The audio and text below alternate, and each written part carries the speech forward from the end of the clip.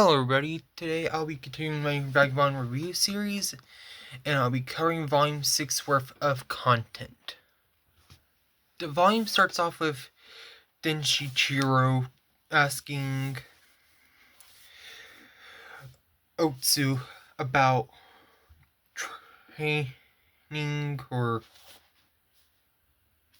wanting a lesson from Master Yaguru. And from then, it goes to a little bit into the future with Yaguru saying or wondering if Denshichiro is still there. And while he's asking Otsu about it, they're playing the game, and it reveals that Otsu is pretty good at playing their game. I forgot the name of the game, so I can't tell you what it is. If this helps, this is the game.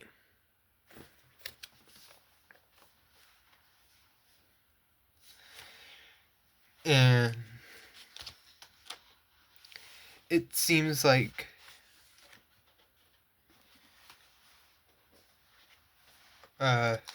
Denshichiro hasn't gotten a lesson yet from Yaguru. And after they're done playing, it cuts back to the old monk's house, and it's revealed that Musashi is currently resting after the fight. He ends up waking up wondering what happened. He's having a hard time remembering exactly how the fight ended. It's revealed he ended up running away during the fight towards the end, and somehow made it out alive, but passed out. And the old monk old farmer was taking care of him. And now Musashi is ashamed of himself for retreating, letting fear take over. During the time the old farmer is helping take care of him, Musashi realizes that the old farmer is Hozuin Inel, the previous kind of head monk of the temple, or the master to Inshin. Jotaro ends up also no longer wanting to be Musashi's disciple after he ran away from the fight. And as Musashi's recovering, the more he recovers, the more he's frustrated with himself for running away. And Inel starts talking to Musashi about Inshin. How Inshin is a genius when it comes to that style of fighting. And how he has never been put into a real life or death situation, even against the fight against Musashi. And even then even in the fight, he never felt the actual he never felt like it was life or death. He felt like he was going to win the whole time. And Inel asked Musashi to try to put the lesson or teach him the lesson of what it feels like to be in a life or death battle, or to have your life on the line. And he also says that overcoming difficulties and at times even risking one's life, these are the things that allow the soul to grow and mature. And he says Inshin realizes this, but because of his great genius, only Inshin's opponents' lives are ever at risk.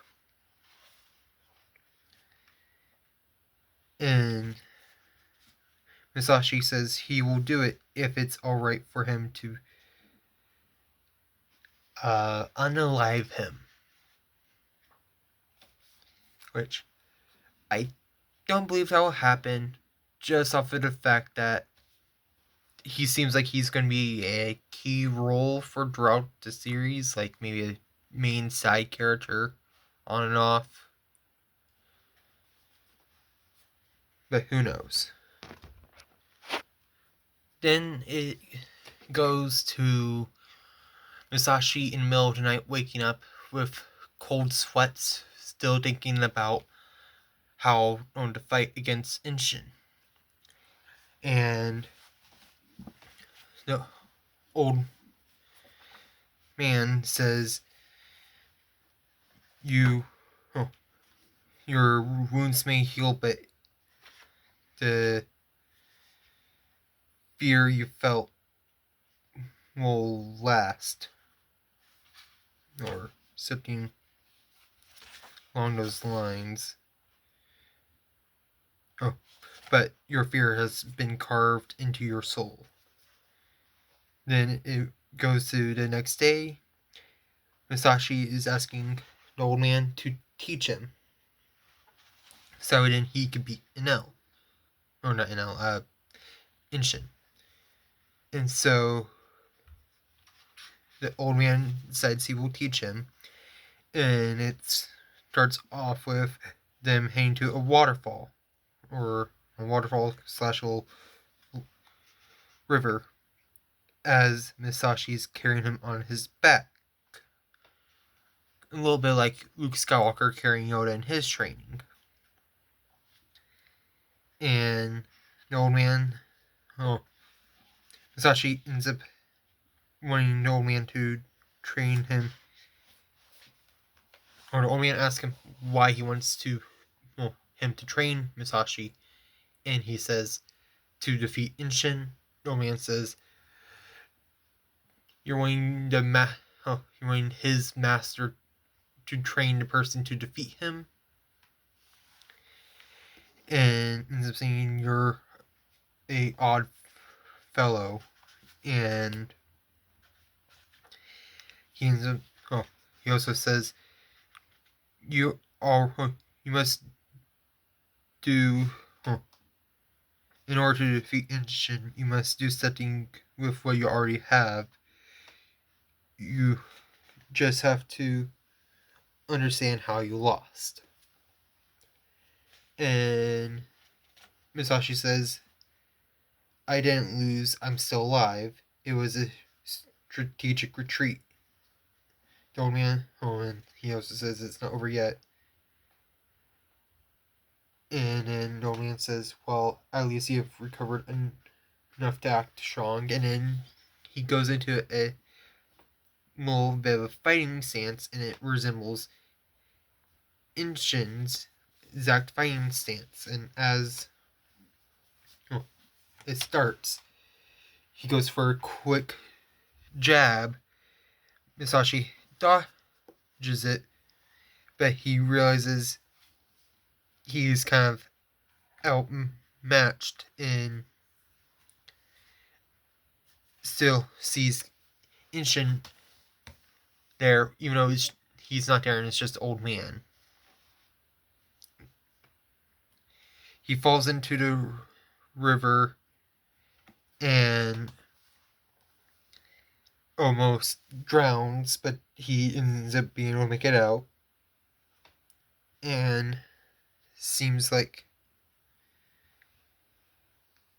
from there, he's just thinking about how he's able to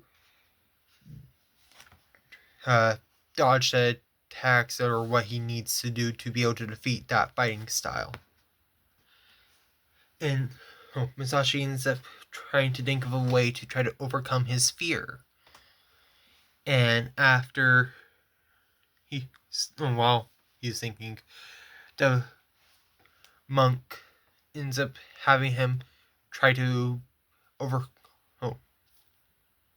certain the fear by meditating and trying to survive out in the wild again like he grew up,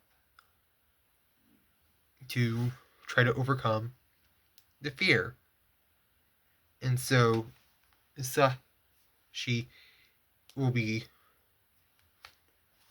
trying to meditate on a waterfall while also scavenging for his resources at the moment during the training. During the night while he's scavenging for food and trying to make a fire, he's also practicing with swinging his stick like it's a sword, trying to hone his swordsmanship, and he's reflecting on the traits that led of himself that led to his defeat. He realizes he's been arrogant and thinks he will win any fight he's a part of, and realizes that he's too confident in himself, and so he realizes he has to learn from his mistakes and actually try to focus and better himself. And while he's doing that, he has a flashback to his dad while thinking about the words from the monk saying that, an old monk saying, it wasn't the forest or the mountains your own teacher, and that brought back a memory from when he was a kid of his dad, who he realized he never quite knew, and he was never able to defeat him. So his thought process is he needs to learn more about Inshin to be able to understand him, to be able to defeat him. And so the next morning, the old monk comes back, and is looking around for Masashi, doesn't see him at first, and goes, he must have ran away and given up. It only makes sense for his first big loss to want to go ahead and give up, and that he's only human. Then all of a sudden, he hears something in the distance. He goes to check it out. It's Masashi meditating under the waterfall. And when Masashi is done, he goes back up to the old monk, and asks him once again if he can teach him.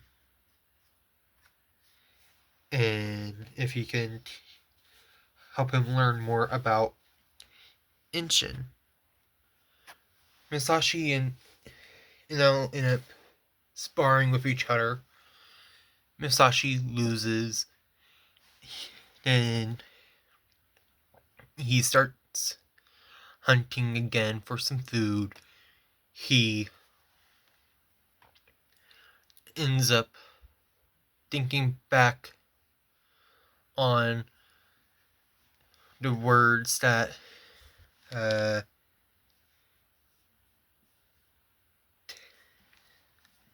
what's his name?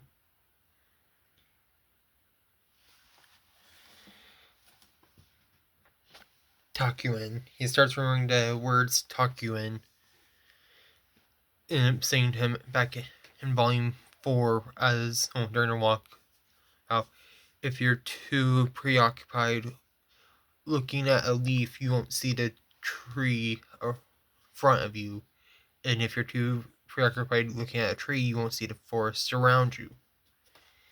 And he realizes that he was to focus on Inshin's gaze and his stance to realize what was going on. And he was too preoccupied thinking about his strength. And so he realizes that he needs to try to look at the bigger picture and not just focus what's on in front of him. As he's looking around for some food, he comes across an egg at the top of a tree. He's debating whether or not if he's gonna eat it or not, as all of a sudden Inshin comes walking up through the forest. Musashi is wondering if he's there to looking for him, and Inshin ends up walking up to the tree Musashi's in top of and ends up kind of stabbing it with a, I think it's a Nobunaga spear.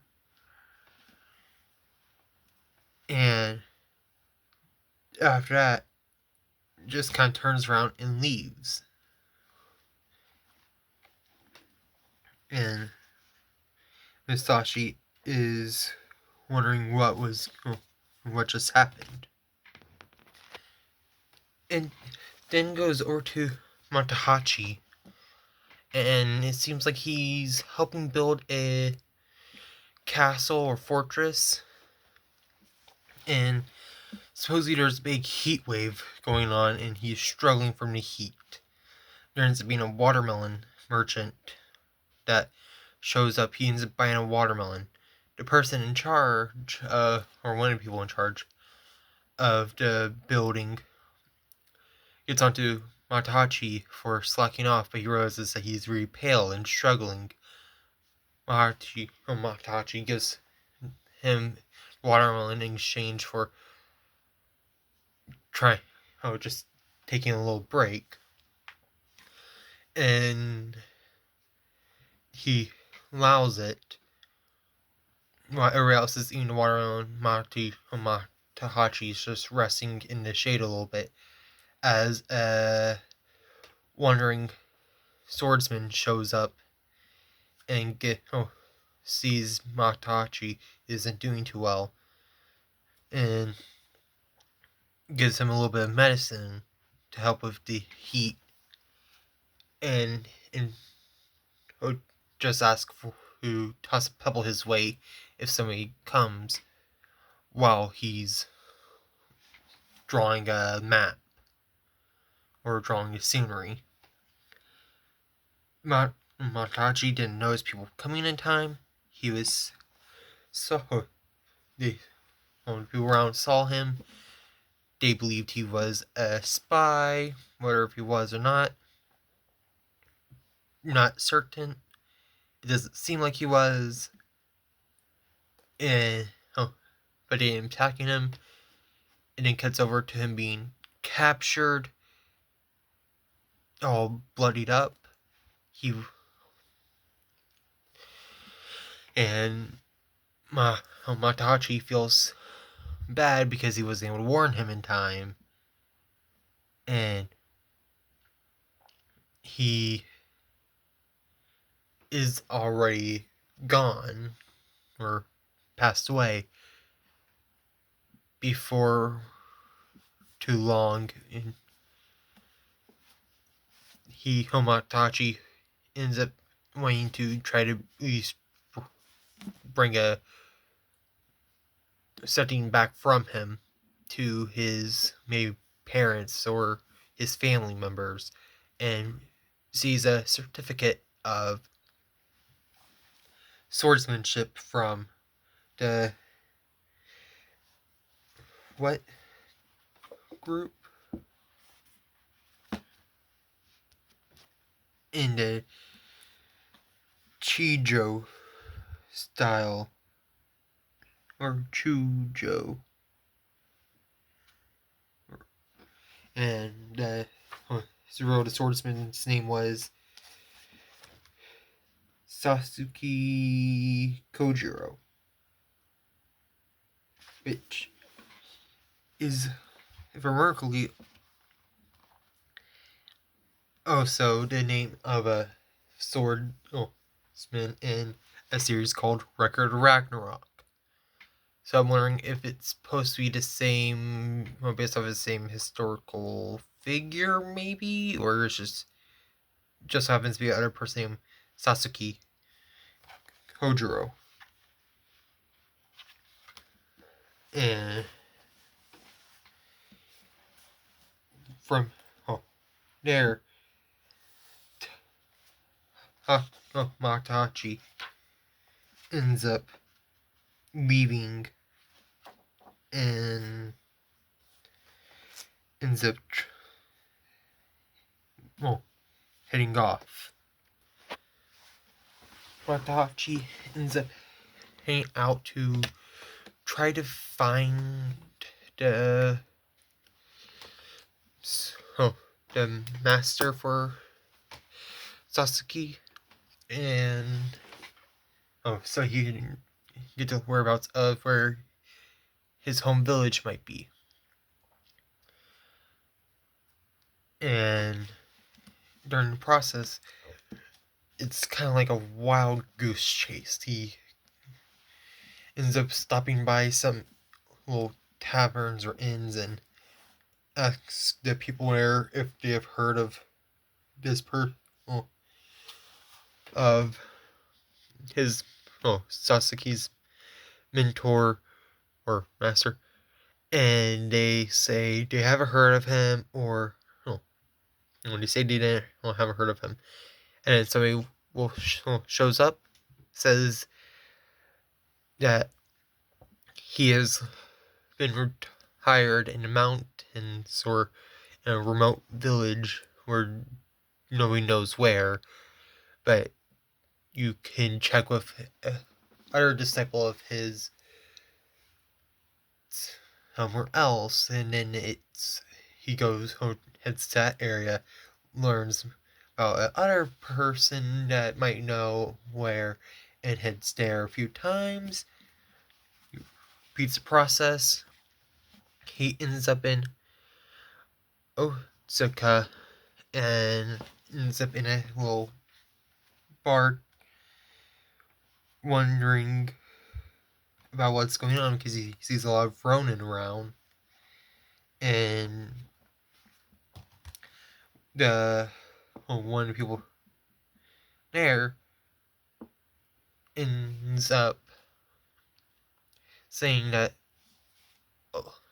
there's a lot of Ronin on demand at the moment, and and they're there to pledge their loyalty to Hideyoshi, I think is how you pronounce it. And so there might be a big battle coming up and because that, it seems like there's a big battle coming up in the future. And so Matachi decides to join the pledge his loyalty to and try to get his name known, and try to prove that he could be a big or have this big legacy too. Try to prove he's still good enough to be there with Masashi, or kind of try to show Musashi that he's still active. And during the process, he heads to other kind of tavern, starts drinking. Somebody on the other side is taking glances at him. He ends up wondering what's going on, and he says, "Pardon my rudeness, I'm just waiting for my drink over here." And Matachi invites him over, and they start to they get to talking. The guy says his name is Ake Akabi Yasume,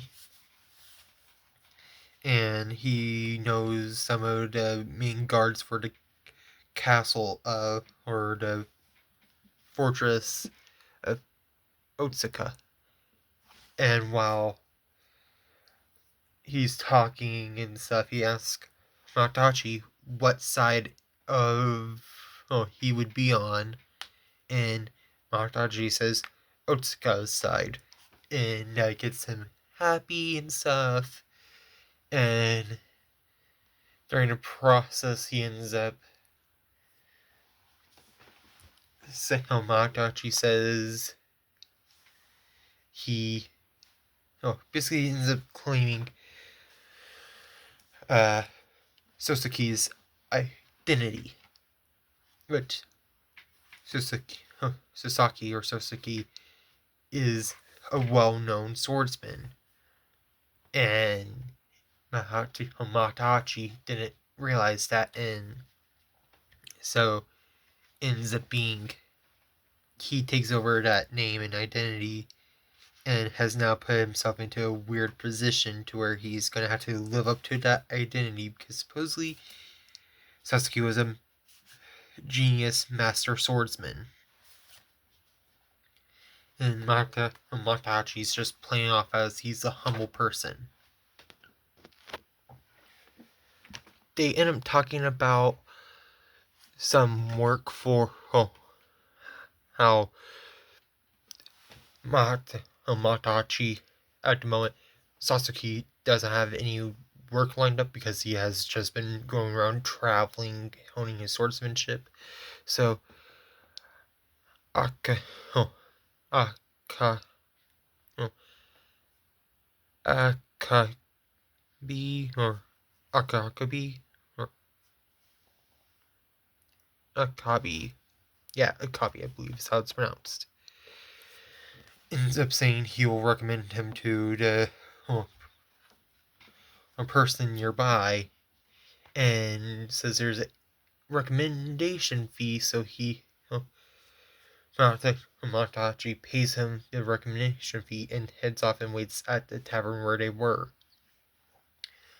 3 days have passed, the guy still hasn't shown up, and Matachi told the tavern when he or the owner of the kind of establishment when about what happened, and the owner says that he was scammed, and so he heads over to that same building, and there's a group of people there gambling. Matachi asks them if they have seen him around, and they say they haven't seen him in a few days. And then he starts to leave, and they say he had to pay a fee for entering, even if he doesn't, even if he's not going to play. And he says that he doesn't have the money at the moment, and then they start draining him, and then he pulls out his sword, saying that he'll cut them down, and they are calling his bluff. And then he takes a swing, cuts one of their legs, and then all of a sudden, Akabi or Akakabi ends up showing up, and Matachi sees him and runs after him. He ends up chasing him, and then Akabe is tired of running away, and so he decides to face him, and saying that if he defeats Sasuke, he can it will boost his name, and he could always just steal the name. And then he realizes that's probably what happened in the case of Matahachi. As they're fighting, Akabe points out that Matahachi is trembling and not able to hold his sword steady, and declares that he will become the third Sasuke. And as then they start to fight, they take a swing at each other, and Matahachi's sword breaks. And so he has to pull out his, I think it's called Odachi, a smaller sword or katana, and starts thinking back to when he was a kid, when he would practice fighting against Takizo, aka Musashi. And during their fights, he was the only one in the village able to hold his own, or at least last against Musashi when even adults in the village couldn't. And so he ends up picturing Akabe as Musashi and realizes that compared to Musashi, Akabe doesn't seem as imposing, and swiftly finishes him off. And then he returns, and everybody realizes that he's the only one left, and he challenges, he asks if anybody else wants to, if anybody else feels like being cut down by Sasuke Kojiro. It's now seems like he's officially taken up the mantle of Sasuke Kojiro. And everybody else leaves, and then I think his husband and wife offer him a stay at their house in order, as a kind of a protector. And he ends up accepting the offer, and then he pulls the Matahachi like he did in Volume 1. So, and ends up